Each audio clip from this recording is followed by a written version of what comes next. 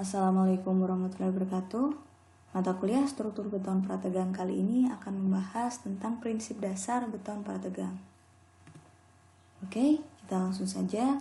Semisal diketahui sebuah balok dengan tumpuan sendi dan roll sebagai berikut. Jadi ada balok sepanjang L diberi beban rata sebesar W dengan dimensi balok itu B dikalikan D. B ini adalah lebar penampang, D ini adalah tinggi penampang. Nah, ini adalah rumus-rumus yang sudah pernah kita temui di mekanika bahan. Untuk ini adalah rumus untuk menghitung momen pada beban terbagi rata. Jadi sebesar 1/8 QL kuadrat. Nah, ini ada SX. SX ini adalah rumus yang digunakan untuk menghitung tegangan lentur. Ini. Besarnya SX adalah inersia X dibagi dengan Y. Sebesar 1/6 BD kuadrat. Nah, ini 1/6 BD kuadrat ini khusus untuk menampang persegi ya.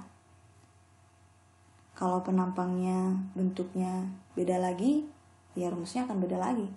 Jadi kalau misal penampangnya bentuknya segitiga atau lingkaran, itu rumusnya bukan 1/6 BD kuadrat. Kita tetap menghitung pakai inersianya berapa dibagikan sama Y-nya berapa. Nah, SX ini akan dimasukkan ke rumus tegangan lentur. Jadi, tegangan lentur besarnya adalah momen dibagikan dengan SX. Momennya ini nggak selalu ini ya. Jadi, kalau misal tergantung bebannya. Kalau misal bebannya terpusat, ya berarti momennya untuk momen terpusat. Kalau misal bebannya terbagi rata, ya momennya untuk terbagi rata seperti ini. Oke, jadi ada beberapa kondisi. Ada 3 kondisi untuk beton prategang. Kondisi yang pertama ini ya. Kondisi di mana gaya prategang berada pada titik beratnya. Dari gambar terlihat bahwa posisi P ini adalah gaya prategang tepat berada di titik beratnya di sini. Nah, sehingga diagram tegangan lenturnya akan seperti ini. Nilai PA menunjukkan tegangan aksial akibat adanya gaya prategang yang terjadi merata pada seluruh penampang. Notasi negatif menunjukkan bahwa penampang mengalami tekan.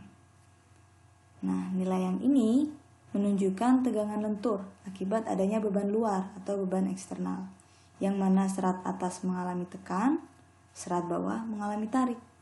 Hal itu ditunjukkan dari notasi negatif dan positif pada diagram. Lalu tegangan-tegangan ini dijumlahkan. Ya, ini minus, dijumlahkan. Ini minus juga di sini. Nah, ini minus, ini plus. Jadinya ini mengecil karena ditambahkan dengan nilai plus. Nah, jadi resultan gayanya tergambar seperti ini. Ya.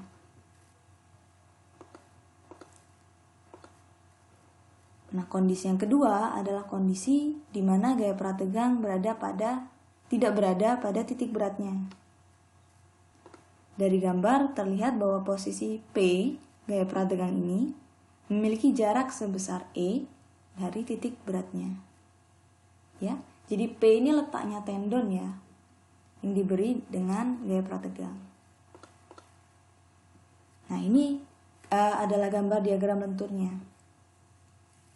P per A dan ini M per SX ini sama dengan penjelasan sebelumnya. Nah, yang membedakan adalah adanya tegangan ini. P dikalikan E per SX. Nah, ini adalah tegangan akibat adanya eksentrisitas. Nilai E itu tadi yang mengakibatkan kondisi balok melengkung ke atas atau chamber. Serat bagian atas mengalami tarik karena melengkung ke atas ya, yang ditunjukkan dengan notasi positif. Nah, bagian bawah mengalami tekan yang ditunjukkan dengan notasi negatif. Setelah tegangan dijumlahkan,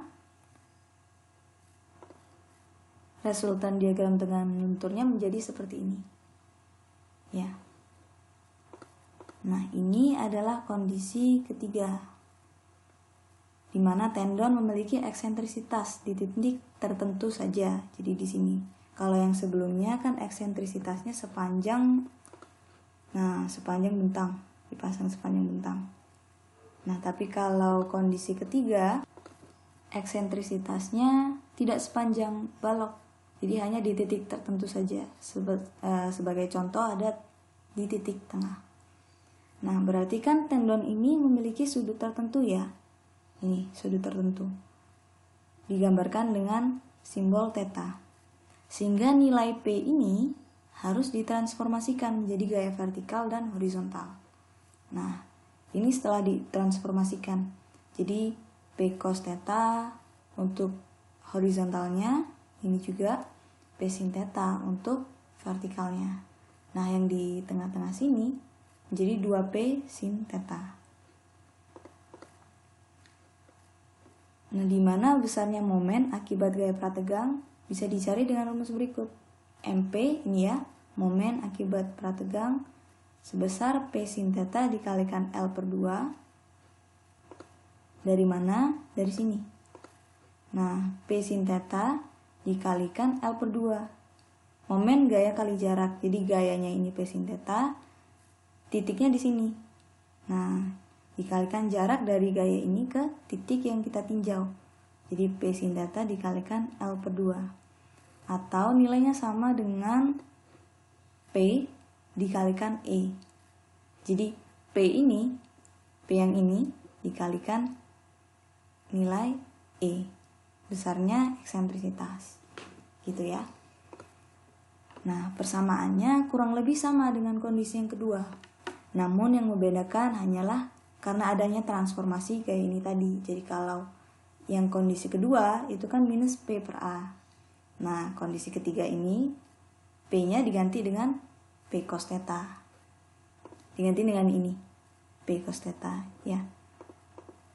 Nah, untuk momennya juga dari sini, MP ini ya, dari sini, dari rumus ini tadi. Gitu. Jadi rumusnya kurang lebih sama, yang membedakan hanya transformasi itu tadi. Menjadi P cos theta dan momennya juga berbeda. Oke, jelas ya? Kalau begitu, materi kali ini saya akhiri. Wassalamualaikum warahmatullahi wabarakatuh.